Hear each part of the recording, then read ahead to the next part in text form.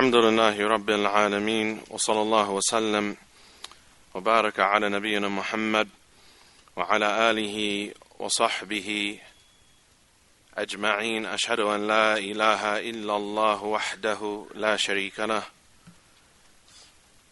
وأشهد أن محمدا عبده ورسوله عليه أفضل الصلاة وأتم التسليم. أما بعد. To proceed, as is advertised on the Ilan, on the flyer, that the book that would be studied during the seminar was going to be Risalatun fil Qawa'id al-Fiqhiyah by Shaykh al-Allama Abdul Rahman ibn Nasir al-Sa'di rahimahullah ta'ala. There are actually 3 books that are called this title, Risalatun fil Qawa'id al-Fiqhiyah by Shaykh Sa'di rahimahullah ta'ala. So if anybody has a book with them thinking that that would be the book that we will be using, you might not have the right book. Does anybody have the book? Alhamdulillah. I'm going to use the easier of the 3, inshallah, and not the most common of the 3. And in reality, this book, which is called an essay, if you will, an essay about fiqh principles, the subject matter of the book really is not al-Qawa'id al-Fiqhiyah per se, in and of itself, even though it contains within it fiqh principles. But the subject matter of that book is usul al-fiqh, and it is called by another name, which is, oh my goodness, this is leaking.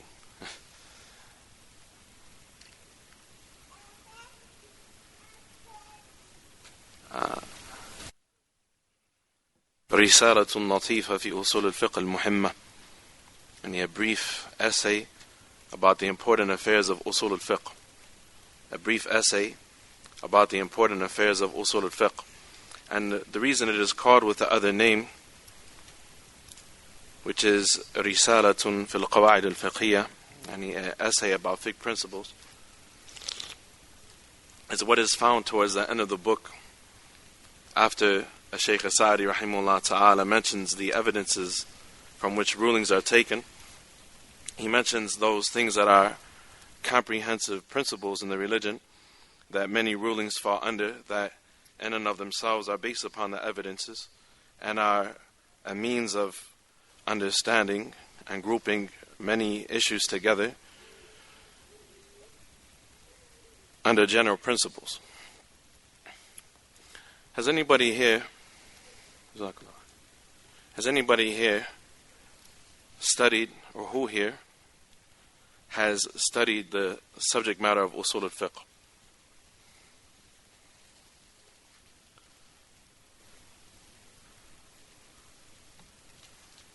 Oh no.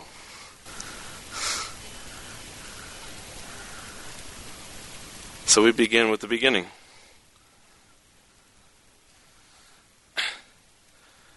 Usul al-fiqh is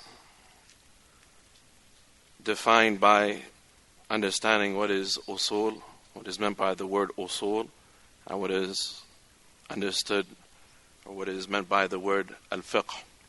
Al-fiqh. Usul al-fiqh is called by a number of names, as we'll come to see.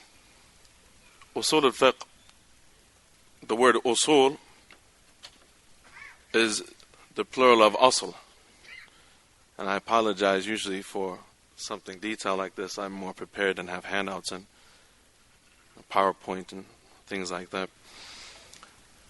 The word usul is the plural of asl, fundamentals.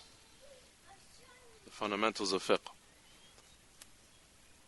And what is meant by that is ma yubna alayhi ghayruh. It's something that something else is built upon.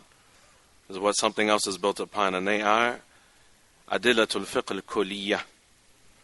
They are the comprehensive evidences of fiqh.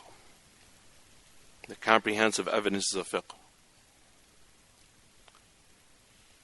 Before we mention what is meant by the comprehensive evidences of fiqh, fiqh itself as a term, linguistically it means al-fahm. It means understanding, and it means fahmu murad al-mutakallim or fahmu al-murad min al-kalam. And understanding what is meant by speech is what is meant by fiqh. And more particularly, understanding that which is amiq, and that which is deeper, and khafi, and that which is more ambiguous of knowledge. And it is, in particular, as was stated by one of the scholars of the past, Abul Mudaffar al-Sam'ani rahimahullah ta'ala, and fiqh is al-istinbat, what is the ability to make al-istinbat, the ability to derive meanings and rulings from the text. The ability to derive meanings and rulings from the text. So it requires that a person knows what are evidences in the religion and how those evidences are used. Shaykh Sa'di rahimahullah ta'ala, he defines usul al-fiqh along this definition that we just gave, the comprehensive evidences of fiqh. The comprehensive evidences of fiqh. And we'll give a more detailed definition after reading from the definition of a Shaykh Sa'di rahimahullah ta'ala.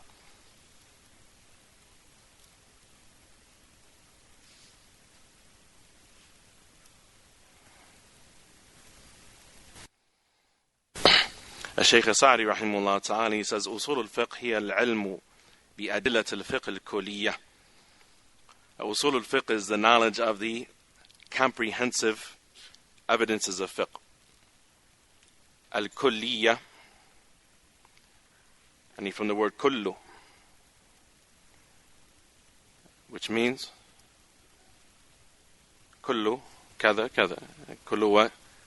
Means what? All of something, every, right? All of something. And so these are things that apply all across the board. I'll give you an evidence of a principle that is usuliyah, and that is connected to usul al-fiqh to help you understand.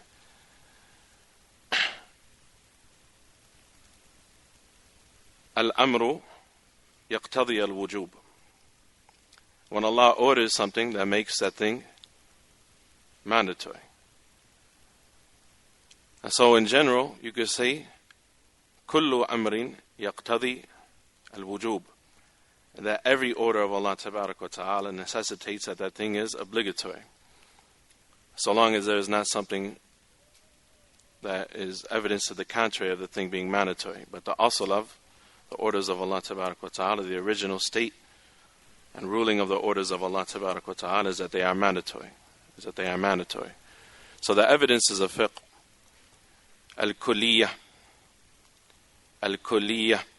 and the comprehensive evidences of fiqh that apply all across the board to the text of the Book of Allah and the Sunnah of the Prophet sallallahu alaihi wasallam. وذلك أن الفقه إما مسائل يطلب الحكم عليها بأحد الأحكام الخمسة. He said this is because fiqh is either, what you find in the affairs of fiqh are issues, meaning issues requiring a ruling, where a person finds that Allah has ordered something or forbidden something or given us the choice about something. And a person who approaches his life without this understanding, therefore the things that he comes across as far as contracts and business transactions and marriage and divorce and the rights of other people and interacting with other people and the affairs of the religion and the affairs of worship and so on and so forth, he doesn't look at those things from this aspect of what Allah has ordered, what Allah has forbidden, and what Allah has given us a choice concerning. And this person is muttabi'un li hawahu. This person is following his desires. He is a follower of his desires. And so,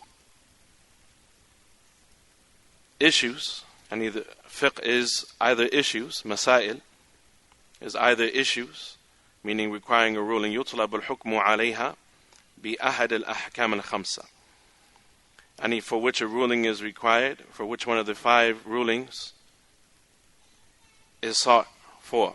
Any issues that require one of the 5 rulings. Who knows what the 5 rulings are? The 5 rulings, they're called al-ahkam al-taklifiyya. The rulings of moral responsibility, religious responsibility. It's not that difficult. Al-haram, al-wujub, al-tahrim, al-wujub, al-karaha, الاستحباب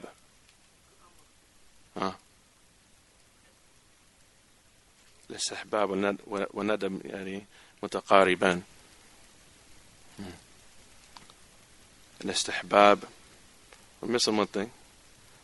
Al-ibaha, that which Allah has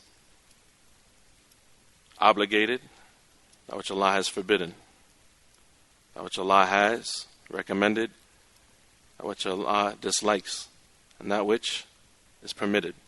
And that which is permitted. Tayyib. So the entirety of fiqh are issues requiring one of the 5 rulings. Is there anything in a person's life except that one of these 5 rulings applies to it? These affairs are huquq al-ubudiyyah. When a person singles out Allah tabarak wa ta'ala with worship, then the Tawheed of Allah Tabarak wa Ta'ala has huquq. To single out Allah with worship, it has its rights and its duties that are connected to it. And they are doing what Allah has ordered and staying away from what Allah Tabarak wa Ta'ala has forbidden. And the details of those things, Ibn Qayyim rahimahullah ta'ala in his book Madarij al-Salikin, he says, وَمَرَاتِبِ الْعُبُودِيَّةِ 15. He said there are 15 levels of ubudiyyah. There are 15 levels of ubudiyyah. He said ubudiyyah is distributed upon the tongue of the person, the limbs of the person, and the heart of the person. And then the 5 ahkam are applied to the heart of the person, the tongue of the person, and the limbs of the person. And by completing the ubudiyyah of Allah Tabarak wa Ta'ala as regards what is permitted, what is forbidden, what is obligatory, what is recommended, what is disliked, upon his tongue and upon his heart and upon his limbs, he completes his worship of Allah Tabarak wa Ta'ala. So these things are directly connected to a person's creed and his belief and his ta'zeem of Allah Tabarak wa Ta'ala and his love of Allah Subhanahu wa Ta'ala and his veneration and recognition of the greatness of Allah Subhanahu wa Ta'ala. And so all of the affairs that he goes through and that he encounters in his life, whether they are affairs connected to the dunya, affairs connected to belief, affairs connected to his worship of Allah Subhanahu wa Ta'ala, what have you, then one of these 5 rulings apply to whatever he goes through. So fiqh is either issues requiring one of the 5 rulings, وَإِمَّا دَلَائِلُ يُسْتَدَلُّ بِهَا عَلَى هَذِهِ الْمَسَائِلِ, or either there are evidences, and what is found in fiqh are the evidences that are used to prove the ruling for these issues. فَالْفِقْهُ هُوَ مَعْرِفَةُ الْمَسَائِلِ وَالدَّلَائِلِ. And so fiqh is knowing the issues and the evidences. Fiqh is knowing the issues and the evidences. So fiqh in and of itself is knowing the issues and the evidences. And usul al-fiqh is knowledge of the comprehensive evidences of fiqh. So this shows you that there are 2 types of evidences for fiqh. As the Shaykh mentions here, you have that which is called ad-dalilun kulli or adillatun kulliyah, the comprehensive evidences of fiqh. And we'll explain exactly what that means, inshallah. And you have that which is called adillatun juz'iyyah, from the word juz'un, and you have part of something, partial evidences. Or they are also called adillatun tafsiliyah. They are also called detailed evidences. So the 2 types of evidences are the comprehensive evidences, which are principles that rulings are built upon.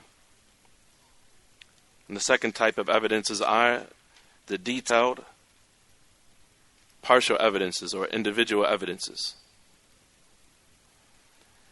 He said, وَهَذِهِ الدَّلَائِلُ نَوْعَانِ كُلِّيَّةٌ تَشْمَلُ كُلَّ حُكْمٍ مِنْ جِنْسٍ وَاحِدٍ مِنْ أَوَّلِ الْفِقْهِ إِلَى آخِرِهِ. He said that these evidences are of two types. That the evidences of fiqh are of two types. The first are the comprehensive ones that include every ruling of a single type, or a particular type, from the beginning of fiqh to the end of fiqh. All of the issues of fiqh, all of the issues of Islamic law. كَقَوْلِنَا الْأَمْرُ لِلْوُجُوبِ, like our saying, for example, al-amru lil-wujub, that the orders of Allah and the Messenger sallallahu alaihi wasallam amount to an obligation, something being obligated. وَالنَّهِي لِلتَّحْرِيمِ, and that a prohibition makes something forbidden. وَنَحْوِهِمَا, and the likes of these two principles. And the likes of these two principles.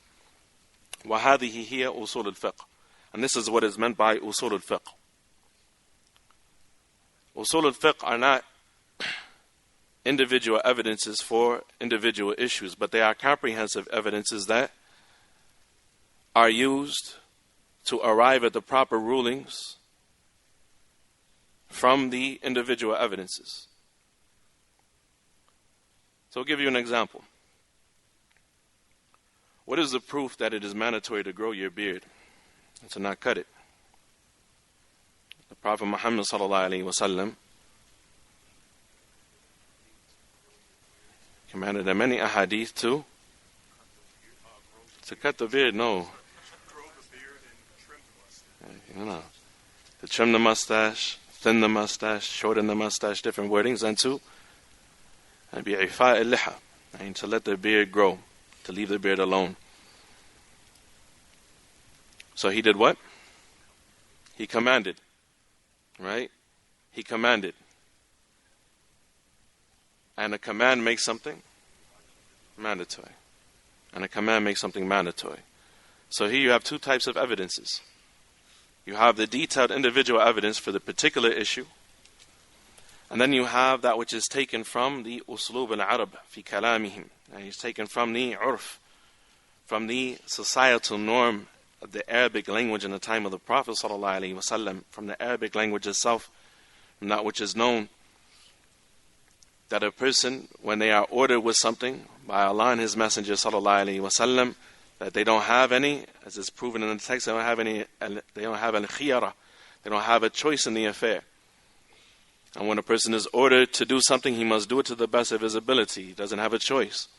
Evidence from the Book of Allah and the Sunnah of the Prophet ﷺ, from the Arabic language itself, that dictates that an order makes something mandatory. And an order makes something mandatory. So this is called, this statement, an order makes something mandatory, until we have evidence to the contrary, meaning an evidence in the religion about a particular issue, that it is for a takhyir, and a person has a choice about it. And the order, and he didn't amount to obligation. So this is a general principle. It's a general principle, and this general principle is called a comprehensive evidence. And that is what the Shaykh is saying here, rahimahullah ta'ala. He said, فَالْأَحْكَامُ تَرَّةٌ إِلَىٰ أَدِلَّتِهَا تَفْصِيلِيَّةٌ. He says, so the rulings are in dire need of their detailed evidences. وَالْأَدِلَّةُ التَّفْصِيلِيَّةُ مُضْطَرَّةٌ إِلَى الْأَدِلَّةِ الْكُلِيَّةِ. And the detailed evidences are in dire need of the comprehensive evidences, of the general principles. So the ahkam, the rulings, require detailed evidences. And the detailed evidences require comprehensive principles, the comprehensive evidences, the general, overall comprehensive principles of fiqh. وبهذا نعرف الضرورة والحاجة إلى معرفة أصول الفقه وأنها معينة عليه وهي أساس النظر والاجتهاد في الأحكام. And by this we can realize the dire need and the importance of understanding usul al-fiqh, and that it is that which aids a person in understanding the text وهي أساس النظر والاجتهاد في الأحكام, and that it is the basis and the foundation of investigating and making ijtihad, which is بذل الوسع في الوصول إلى الحكم الشرعي, and a person using their best effort, meaning a scholar who is qualified to make ijtihad, using his best effort in arriving at the rulings of the religion of Allah Tabarak wa Ta'ala. Usul al-Fiqh gives us an appreciation for knowledge. Without a doubt, on one occasion, a Shaykh al-Allama Abdullah ibn Abdul Rahman al-Ghudayan, rahimahullah ta'ala, who was formerly on the Lajnatul Da'ima, the Council of the Permanent Committee for Fatwa in the Kingdom of Saudi Arabia for decades, who passed a number of years ago, may Allah have mercy upon him. On one occasion, he was giving a lecture to a bunch of awam, almost Bedouins, the student said, and he was in a masjid in the Nawahi, and in the outskirts of Riyadh, and the majority of the people, they were not the type of people who would ever really sit in a class, but because he was a respected elder scholar, so on and so forth, the people, they sat and they were interested in what he had to say. And he gave a detailed speech, talk about al-ijtihad, and about the science of and the scholastic discipline of how the scholars historically have arrived at rulings in the religion and conclusions about the text and so on and so forth, and solutions for the problems of the ummah and the likes of these things. And he spoke, and he be mustawa ali, a very, very high level of scholastic knowledge. And the student, he said that he was the only person from the Shaykh students in the gathering, and the masjid, he said, was near full capacity. And he spoke at a level that he said that he himself could barely understand as a student, a close student of the Shaykh. And so he took a number of notes that he wanted to ask questions about later on, and he contacted the Shaykh the next day. And he said to him, he asked him the questions he needed to ask him, and he said, "Do you know why I gave that talk to that group of people?" He said, "I have no clue. I don't know." He said, so that they would respect knowledge. So that they would respect knowledge. Usul al-Fiqh, and it's something that there are issues of it that are mandatory for everybody to know, so that they can understand the speech of the ulama. And as much as that it is necessary to ask the people of knowledge, and obligated and mandatory to ask the scholars about that which we do not know. And so for a person to understand the speech of the scholars, he must have some basic rudimentary understanding of affairs of usul al-fiqh. And for a person to have a good key to the doorway of knowledge, if he wants to pursue any degree of religious understanding, that is a serious pursuit, where he wants to be a student of knowledge, without a doubt he is in serious need of understanding usul al-fiqh. And this book that is in front of us, without a doubt, is one of the shorter and easier texts as regards usul al-fiqh. The scholars give a more detailed definition of usul al-fiqh.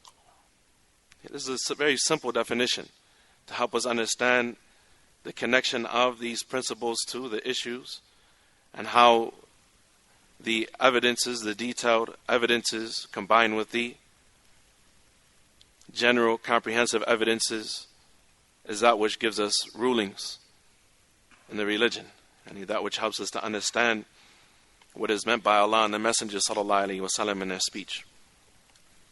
The scholars, they give a more detailed definition of usul al-fiqh. They say usul al-fiqh, علم أصول الفقه هو العلم بأدلة الفقه. They say نعم هو العلم بأدلة الفقه الكلية وكيفية الاستفادة منها وحال المستفيد. There is knowledge of the detailed evidences of fiqh, and how a person benefits from those evidences, وحال المستفيد, and the circumstance and the condition of the person who utilizes the evidences to arrive at rulings. So it consists of a number of things, and they are 4 in number. That are the pillars of usul al-fiqh. When they say that it is al-ilm bi adilat al-fiqh al-kuliyyah, what they mean here, that it is knowledge of the comprehensive evidences of fiqh, is something a little bit more particular than what we just heard when we said comprehensive evidences, which is what is appropriate to use as an evidence in the religion. What is allowable to be used as an evidence in the religion. That the affairs of belief and the affairs of worship and the affairs of all of the rulings of the Sharia, that they are derived from the Book of Allah and the Sunnah of the Prophet sallallahu alaihi wasallam. That they are derived from the Book of Allah and the Sunnah of the Prophet sallallahu alaihi wasallam. وَمَا تَفَرَّعَ عَنْهُمَا, and the evidences that are built off of them and branch from them, which in general are al-qiyas and al-ijma'. Al-qiyas and al-ijma'. So the 4 evidences of fiqh, what is studied in usul al-fiqh, are these 4 evidences, which are called the evidences that are agreed upon. The evidences that are agreed upon. And the reason that they are called the evidences that are agreed upon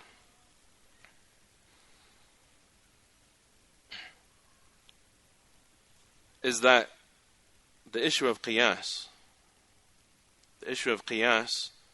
which is analytical deduction, any person using analytical reasoning, we'll explain what that means, inshallah, to arrive at rulings in the religion that are not mentioned explicitly in the text, by coupling them with issues that are mentioned in the text because of similarities between them and the qualities of the things that are being judged upon. This issue, there were some people who differed over, and they were called the Zahiriyyah, and they appeared first in the latter time of they appeared first after the time of the tabi'een, what is called the generation tabi' al-atba', around according to the tabaqat of the historians, and some of them they say about the 14th tabaqa, around the 12th to the 14th tabaqa, and many generations after the time of the companions of the Prophet ﷺ. Otherwise, there's evidence from the companions themselves that qiyas is evidence in the religion, and so those that came after them and opposed what they were upon, no matter what their excuse was, we don't give any consideration to their khilaf, to their differing, and we say that this evidence that it is agreed upon. There's evidence that it is agreed upon. Then you have ijma', which is the consensus of the scholars about the ruling of a particular haditha, nazila, a particular event that befell the ummah of Muhammad sallallahu alaihi wasallam in any time or any place. It's called the consensus of the scholars, and it was not meant as what the majority of scholars said, but what the scholars had consensus about, and meaning that there was no differing that was known between the scholars and the issue. It's not that after the time of the companions of the Prophet sallallahu alaihi wasallam, before the year 100, the Muslims had an empire from the east to the west, from the land behind the Jihun River, and to Khurasan, to modern day Sham, to the Hijaz, to Yemen, to Egypt, to Ifriqiya, all the way to the Maghrib, and modern day Algeria, all the way to Spain, so on and so forth. And it was meant by the consensus of the scholars is that which the scholars were not known to have differed upon. It's not that for a particular issue that there is said to be an ijma' upon that. Somebody went from the east to the west, every land, and took a survey with every scholar. What do you say about this? What do you say about this? What do you say about this? What do you say about that? But the majority of what is meant by ijma' is what is called ijma'un sukuti. The ijma' that nobody expressed verbally opposition to. So these 4 things in general, they are called the evidences that are agreed upon, and this is the first pillar of usul al-fiqh. The first pillar of usul al-fiqh, depending on how you look at it. The second pillar of usul al-fiqh, the scholars they mention, كيفية الاستفادة منها, how to benefit from those evidences, how to utilize those evidences, which is دلالات الألفاظ على المعاني, and the science of how to derive meanings from the wordings. Al-alfadh qawalib al-ma'ani, and wordings are the molds of their meanings. Words have meanings connected to them. And so in general, the scholars they mentioned, and this is categorized into that which is called mantuq and that which is mafhum, that which is explicit and that which is implicit. And under mantuq, you have that which is dhahir, you have that which is apparent in meaning, that which is mu'awwal, and that which is explained beyond its apparent meaning by other evidences, and mujmal, and in that which is vague. And under dhahir, you have al-am and al-khas, that which is general and that which is specific, so on and so forth. So this is the second peg, if you will, of the second pillar, if you will, of usul al-fiqh. And the scholars, they gave great importance to this affair. They gave great importance to this affair. And the first one to write about usul al-fiqh was Imam al-Shafi'i, rahimahullah ta'ala, in his book al-Risalah. And this is what he began his book with, and this is what a majority of his book is about. And he knowing who is being addressed by the text, and how the texts apply, and how the texts explain one another and clarify one another. The person who looks at the text, individual text, without looking at the religion as a whole, they say that person is awar. They say the person is like the one-eyed person. It's like the woman who walked out of her home one day, and she was standing between the sun and the shade, and she was one-eyed. And her neighbor was standing in a place where she was in the shade, and she didn't see any light. She had woke up, they said, something of the sort. She probably didn't know what time it was. And her neighbor, she said, "Good morning." And she says, "What, are you blind?" It's the evening time. See, it's dark outside. It's like dusk time, when the sun is setting. "Good morning." It's obviously the evening time. Then she turned around and walked away, and they said, "Ramatni bida'iha wa sallat." And she accused me what was wrong with her, and then she walked away. The person is awar. They have a very limited perspective. The manhaj of Ahl Sunnati wal Jama'ah al-jam'u bayna nusus ma amkan, is to gather all the texts together about every particular issue to the best of our ability, and to understand all the texts in light of one another. The person who doesn't do that, then he is going to apply things where they don't apply, and exclude things from where they apply, and so on and so forth, and he is going to fall into dalala. And this entirely goes back to the methodology and the ways and the mannerisms of the Arabs in their speech, which shows us the importance of understanding and learning the Arabic language. As was stated by some of the Salaf, they said, "Ahlakatkum al-ujma," that you people, speaking to some of the people who deviated early on, you were destroyed because of your inability to speak and understand Arabic. أَحْلَكَتْكُمُ الْعُجْمَةِ. So the affair is very important, to the point that Imam al-Shatibi rahimahullah ta'ala, he mentioned in his book Al-I'tisam that there are 3 reasons that the people innovate in the religion. There are 3 reasons that the people innovate in the religion. He said the first reason is al-jahl, is ignorance. He said, وَالْجَهْلُ جَهْلَانِ, and there are 2 types of ignorance. Al-jahlu bi adawat al-ilm, ay علوم الآلة, والجهل بمقاصد الشرع. And the 2 types of ignorance is ignorance of the wasail, علم الوسائل, أدوات الفهم, and those things that are necessary for understanding the text, meaning the Arabic language. And then some of the sciences, scholastic disciplines that the scholar has laid down for understanding the text. And then ignorance of the ultimate objectives and meanings of the Sharia. And then he mentioned the other 2 reasons, which are a person overestimating the intellect and a person following his desires. So without a doubt, ignorance of the methodology of the Arab in their speech in the early generations of Islam is something that caused many people to apply things where they were restricted, or to overgeneralize where there were exceptions to the rule. To take general concepts in the religion and put them outside of the parameters. The scholars, when they define a thing, they say that the hudud al-shar'iyyah, the ta'rifat, the definitions in the sharia, they are alfadhun jami'atun mani'a. They are words that gather all the descriptions of what a thing is and exclude everything that it is not. So when a person takes and includes within concepts in the sharia things that are outside of what is meant in the text, what is allowed and permitted in the text, and they innovate in the religion.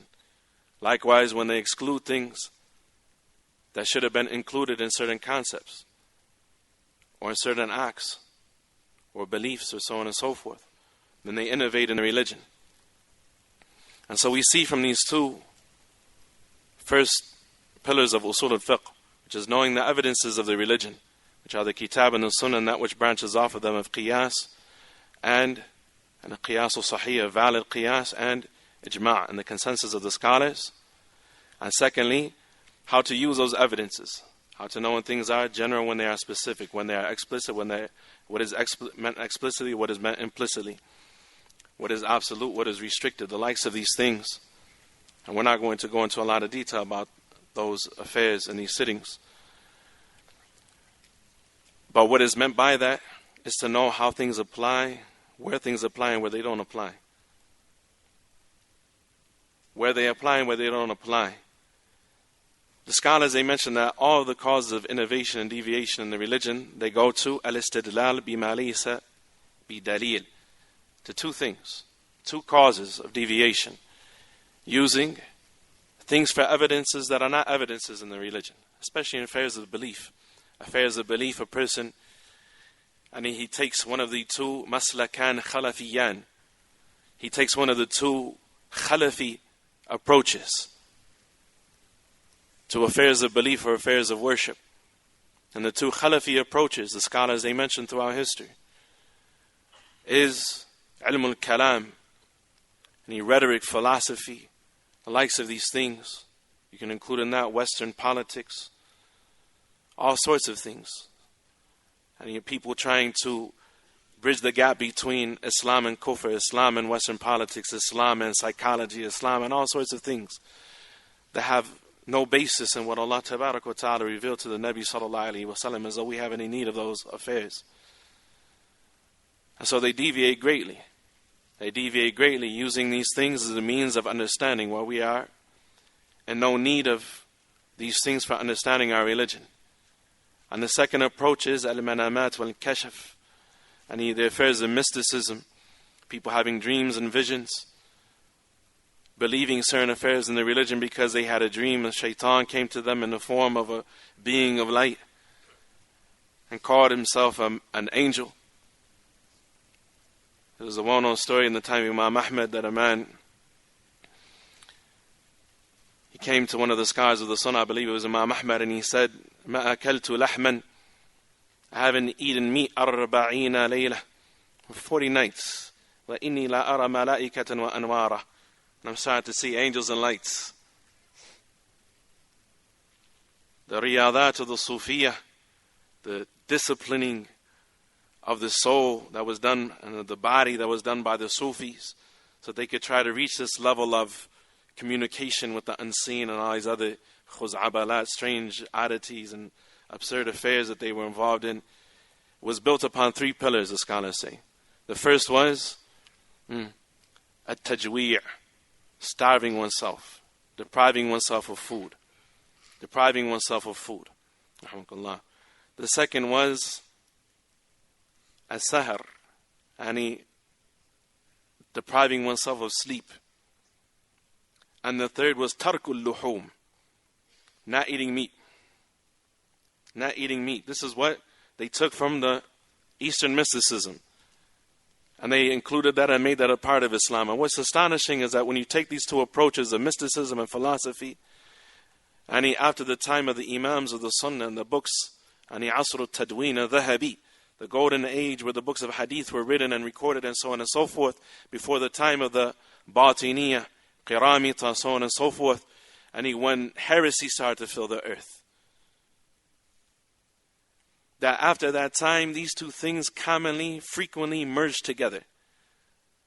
The philosopher was a mystic, and the mystic was a philosopher. And you didn't know where one began and the other stopped. إِلَى يَوْمِنَا هَذَا. Up until today. Up until today. So the scholars, they say that the person who يَسْتَدِلْ بِمَا لَيْسَ بِدَلِيلٍ, he uses something as an evidence that's not an evidence in the religion. يَنْحَرِف, without a doubt, he's going to deviate. He's going to deviate. And in general, especially in affairs of belief, and this happened by one of two ways, either by mysticism or either by philosophy or some convoluted, confused, mumbo-jumbo mixture of the both.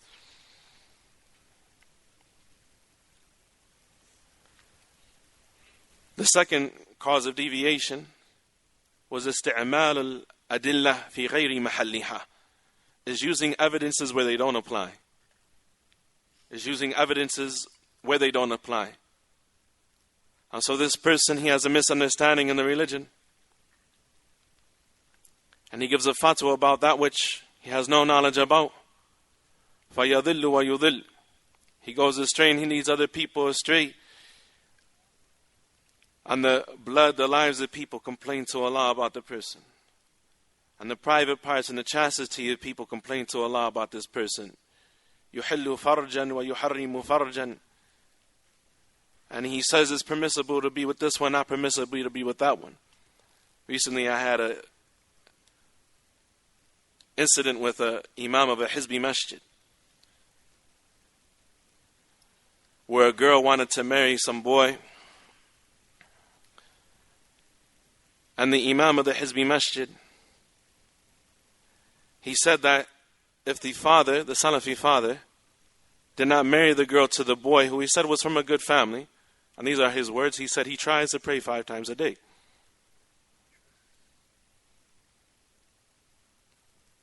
He tries to pray 5 times a day. And you don't have a haqq. Shar'an. Religiously, he said, you do not have a right to prevent her from marrying him. Her right comes before your right as her wali, to the father.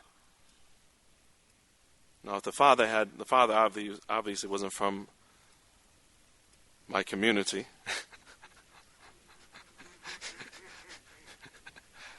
Because that doesn't flow. He was a little too calm about the affair. Alhamdulillah, I kept a level head about it. He told me, Al-ab yu'tabaru adilan, that this father is considered an adil, meaning a zalim, a person who was oppressively preventing his daughter from marriage. And so his wilayah, his guardianship, can be removed from the daughter, and I will marry his daughter to the boy if he refuses to do so. Rajab has passed, but they say, Ish Rajaban tara ajaban. If you live to the month of Rajab, you will see astonishing affairs. Whatever the case, this is something that is very common. And it's something very destructive, especially in the United States or wherever, where the Hizbiyin have fled from every janib, from every corner of the globe, to enjoy what they believe is the freedom of speech and the freedom of opinion and so on and so forth. And they consider themselves as qudat, as judges over their communities, and as leaders over their communities, like rulers having authority over their communities, not people of responsibility, people that are there to try to bring islah between the people, so on and so forth, but where they have this love of leadership, this love of authority, so on and so forth, and they over-involve themselves in the affairs of the people, and they misapply the religion of Allah Tabaraka wa Ta'ala. Whereas the imams of the Salafi Masajid have consulted the scholars for the last couple of decades about the likes of these affairs.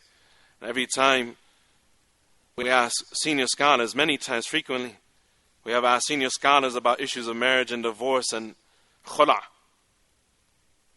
and these affairs of al-adl, where people are actually oppressively not letting their daughters get married. Not to the guy who tries to pray 5 times a day, but to people, just to nobody. My daughter cannot get married. She has to finish her master's degree first or her bachelor's degree first. That's very oppressive.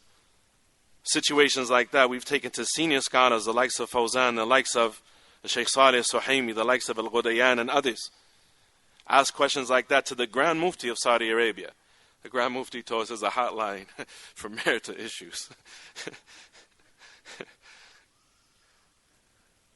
Sheikh Saleh Fawzan, he said, I'm not a judge. He said, Sheikh, but we're in the land of disbelief. There are no judges. He says, I know, but I'm not a judge.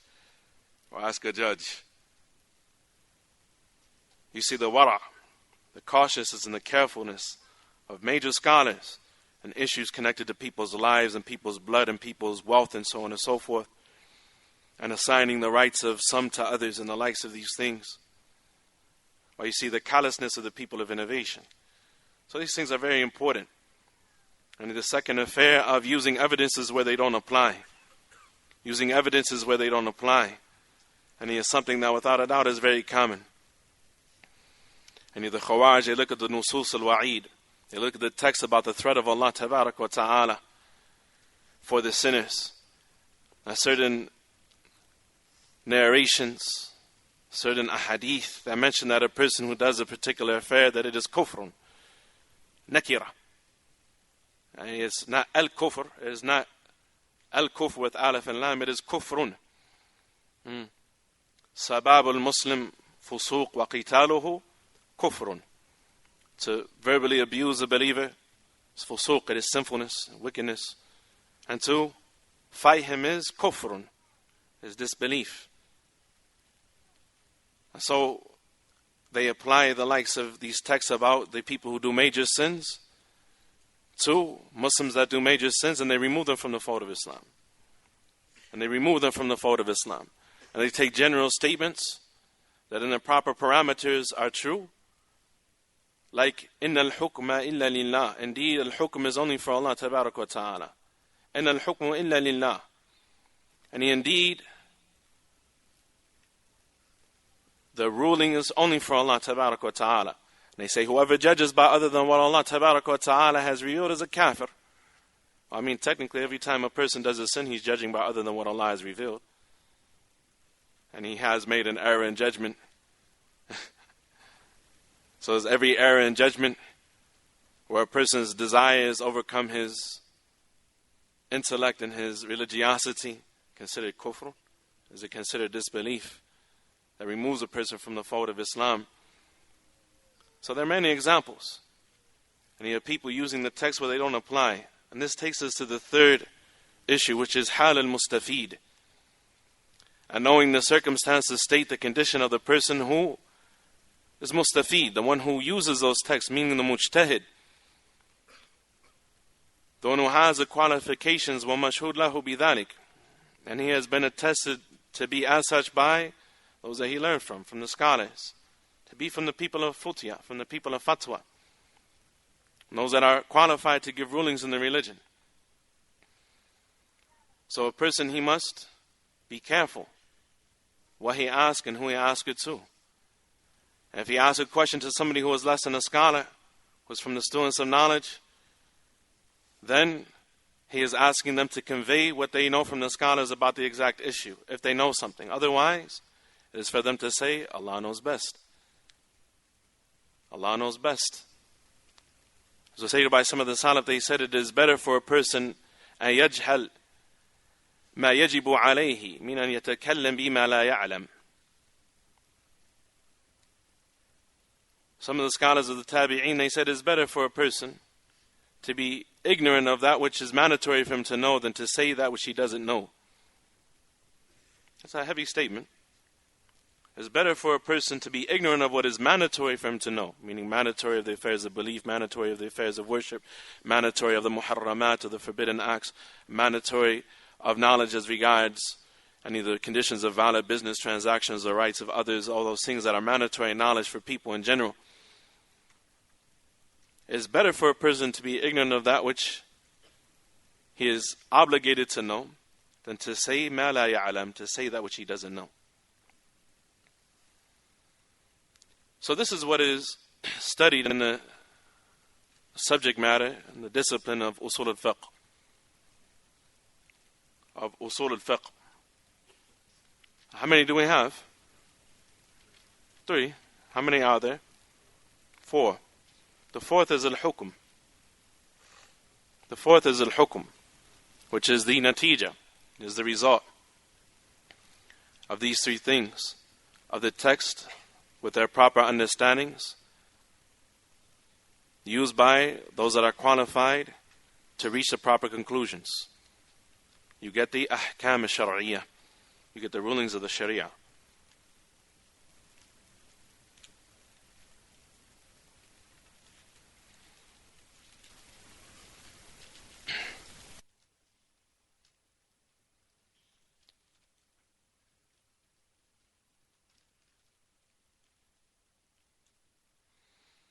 والأحكام التي يدور الفقه عليها 5.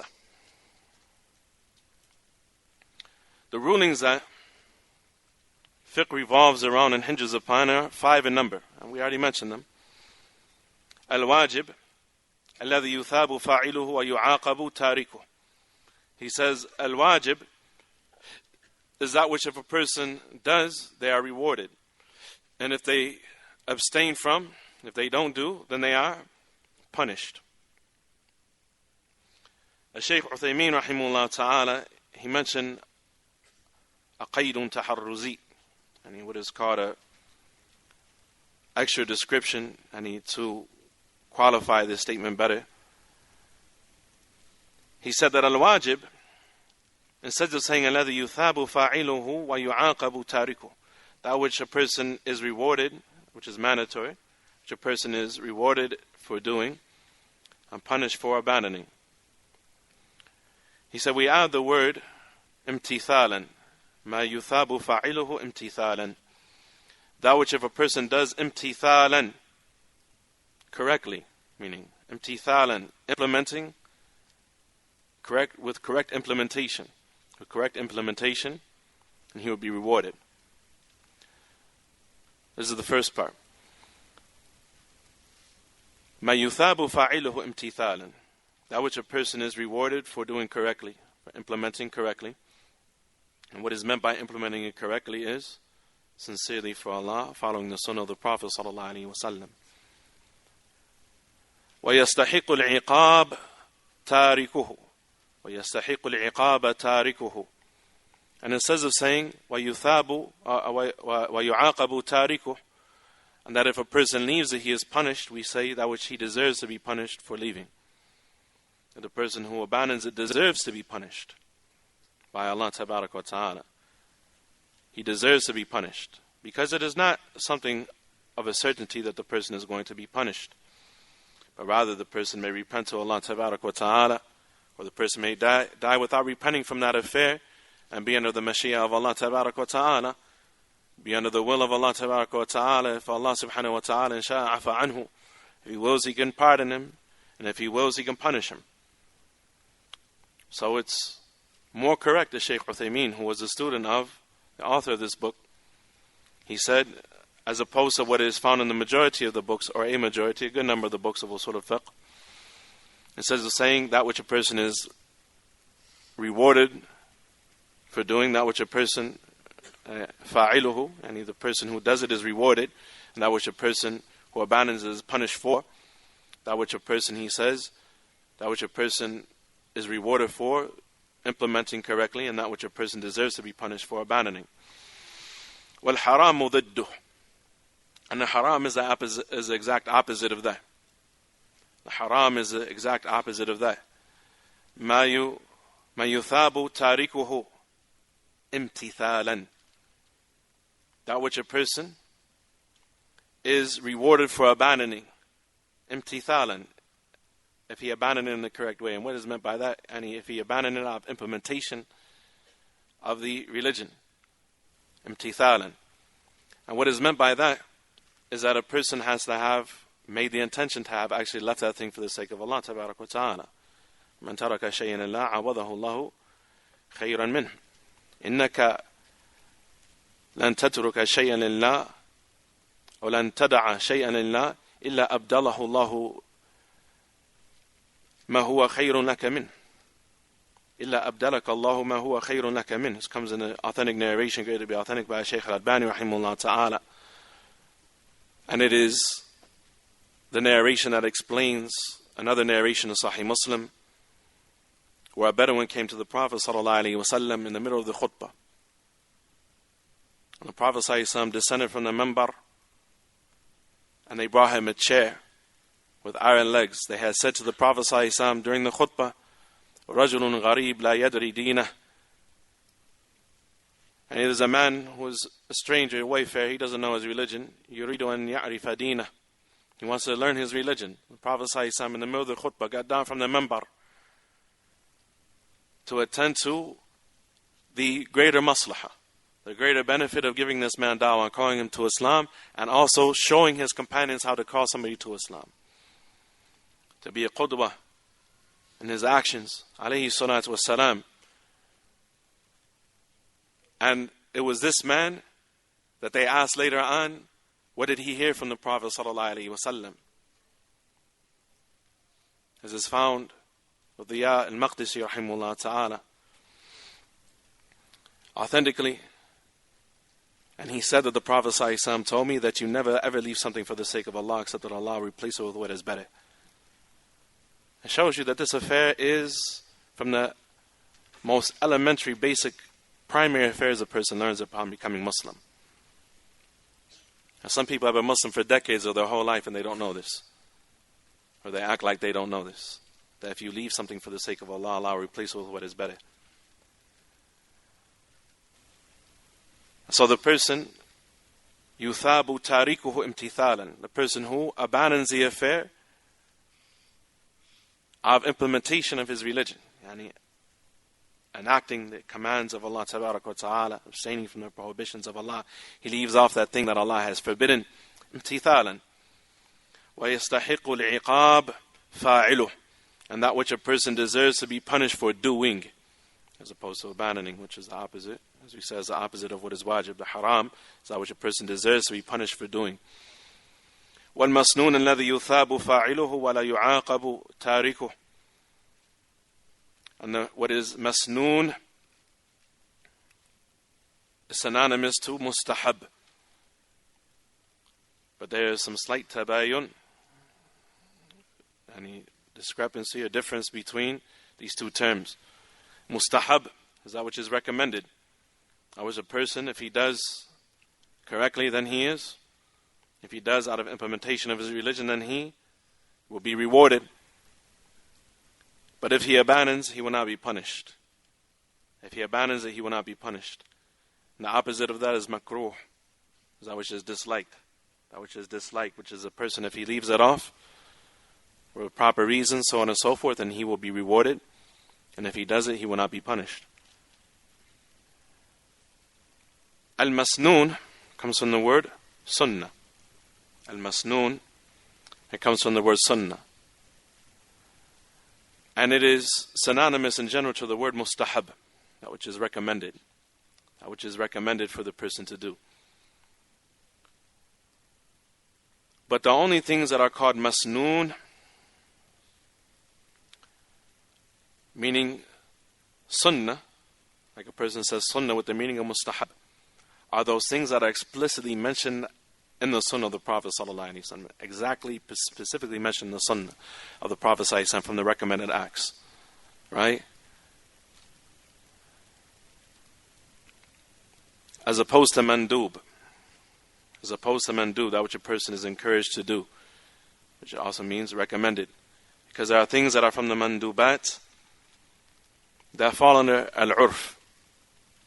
They fall under al-urf.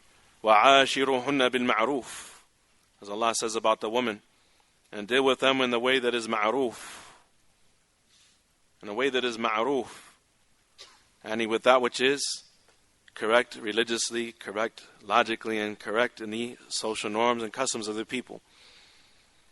And that which is customary. So there are things from customary treatment and dealing with other people that are said to be recommended acts. We don't necessarily call them the sunnah. It is from the sunnah to implement those affairs and drawing near to Allah Tabaraka wa Ta'ala, following the example of the Prophet ﷺ. But to say that those affairs are sunnah may give the impression, the misunderstanding, that there may be an actual text for the particular affair. An actual text for the particular affair. And that becomes dangerous because a social norm, if it is done in a particular way, and it is believed to actually be something from the sunnah, and it may become an innovation. It may become an innovation. So that's why the scholars, they make a tafriq, and a difference, and a separation, a distinguishing between masnoon and mandub. And they are all mustahab. And that which is sunnah, masnoon, which is mustahab. وَالْمُبَاحِ مُسْتَوِيَ الطَّرَفَيْنِ. And al-mubah is that which a person isn't rewarded for, punished for, one way or another. In and of itself. In and of itself. As we'll come to see in a principle that is going to be mentioned, we'll probably get to that tomorrow actually, that it says, al-wasailu laha ahkam al-maqasid. That ends in the means share in ruling. That ends in the means share in ruling. Whatever it takes to establish an obligation is an obligation. Whatever is necessary to establish an obligation is an obligation. The things that lead to the haram are haram. That which leads to the fulfillment of that which is recommended is itself recommended, and the likes of those things. Likewise, a thing can be mubah. وَفِي بُضْعِ أَحَدِكُمْ صَدَقَةً. And in the marital relations of one of you is a sadaqah. It's halal in and of itself, but it can be what? A sadaqah, and a fi'lu khayrat, and an action that is tremendous, action that can bring a person close to Allah Tabaraka wa Ta'ala,